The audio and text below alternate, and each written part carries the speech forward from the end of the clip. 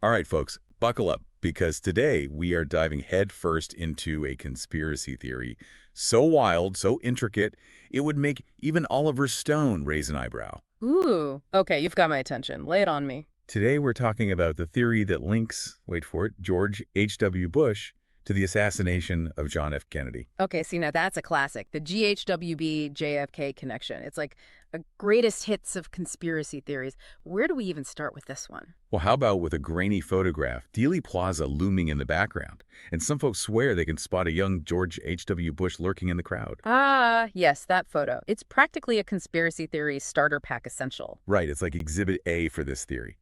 But before we jump into the weeds of photographic analysis, let's back up a bit and lay out the central claim here. We're talking about the idea that Bush Sr., way back in his supposed early 60s CIA days, was somehow involved in JFK's assassination. Okay, so to be clear, this isn't about his time as CIA director, which came much later. This theory zeroes in on a much earlier period, a time when things get a whole lot murkier. Exactly. We're talking about a time when the CIA itself was operating in the shadows, embroiled in covert ops and Cold War intrigue. It's almost like fertile ground for conspiracy theories, isn't it? Oh, absolutely. I mean, you've got this backdrop of global tension, espionage, and then this shocking assassination that no one could have predicted. It's no wonder that people start looking for answers in the shadows. And the lack of concrete answers, even after all these years, only fuels the speculation. For sure. So, how does Bush Sr. supposedly fit into all of this? Well, proponents of this theory often point to three main pieces of evidence, and I'm using that term loosely here. Right, because as we know, evidence in the world of conspiracy theories can be a pretty slippery concept. Oh, absolutely. But for the sake of this deep dive, let's entertain these pieces of evidence and see what, if anything, they actually hold up to scrutiny. First up, Bush's alleged CIA ties. Okay, so, as we mentioned earlier, we know he became CIA director later on. But this theory hinges on him being a covert operative much earlier. And that's where things get tricky. There's no concrete proof he was even in the CIA at that time, let alone involved in anything nefarious. It's like trying to build a house of cards on a windy day.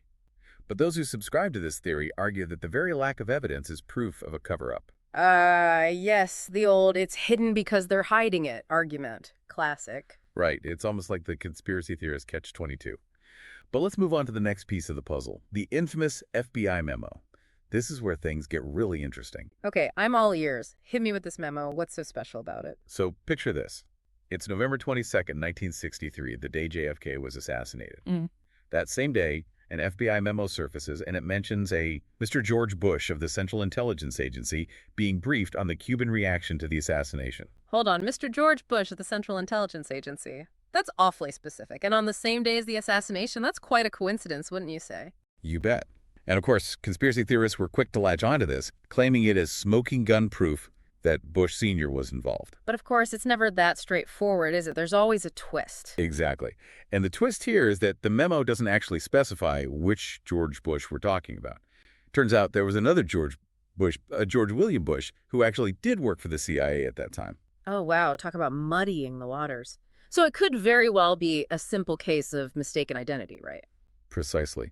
Now, the memo itself doesn't offer much more than that, just a brief mention of this briefing about Cuban reactions. No juicy details about what was said or by whom. So we're left to speculate. And that's precisely what conspiracy theorists love, isn't it? A little bit of ambiguity to really get the gears turning. Oh, absolutely. But we're not done yet. There's one more piece of evidence that we need to unpack, and this one might just take the cake. Okay, I'm ready.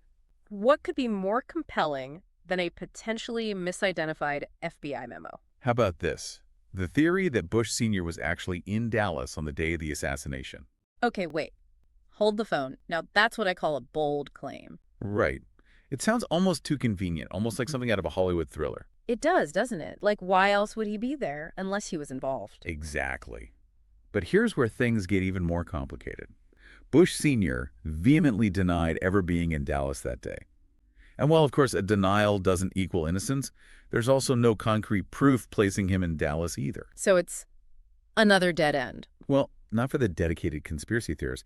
They argue that someone in Bush Sr.'s position, if they were involved, would obviously deny it. Ah, I see. It's that classic damned if you do, damned if you don't scenario. Precisely. And so the cycle of speculation continues. But you know what? After all that talk about FBI memos and murky Dallas trips, I almost forgot about the most compelling piece of evidence for some folks, that infamous Dealey Plaza photograph, the one that supposedly shows Bush Sr. in the crowd that day. Oh, right. The alleged smoking gun, as some call it. The one and only. So, for those who haven't seen it, paint us a picture. What are we looking at here? Okay, so picture this. A blurry, chaotic scene. We're talking about a crowd of people on a sunny day, and somewhere in that sea of faces, there's this one figure barely visible in the background. And this is where people's imaginations really run wild, right? Oh, for sure.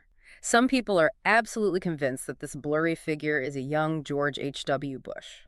They'll point to certain facial features, the way the figure is standing, even the clothes they think he's wearing. But what do experts have to say about this alleged photographic evidence?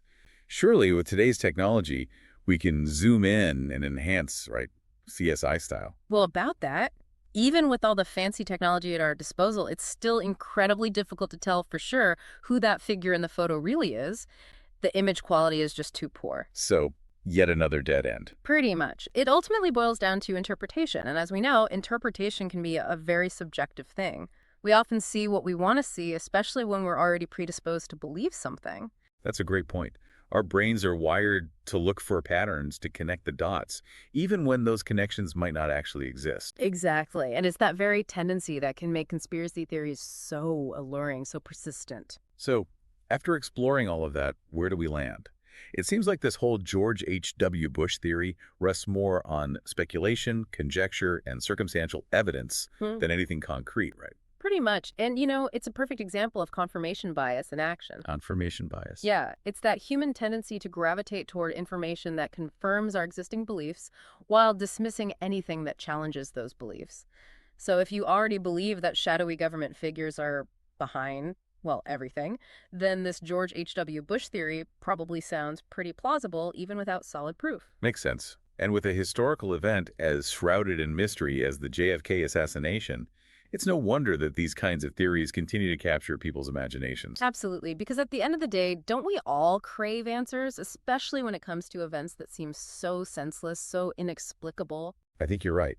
And maybe that's the real power of conspiracy theories, regardless of their validity. They provide a sense of order, a narrative, in a world that can often feel random and chaotic.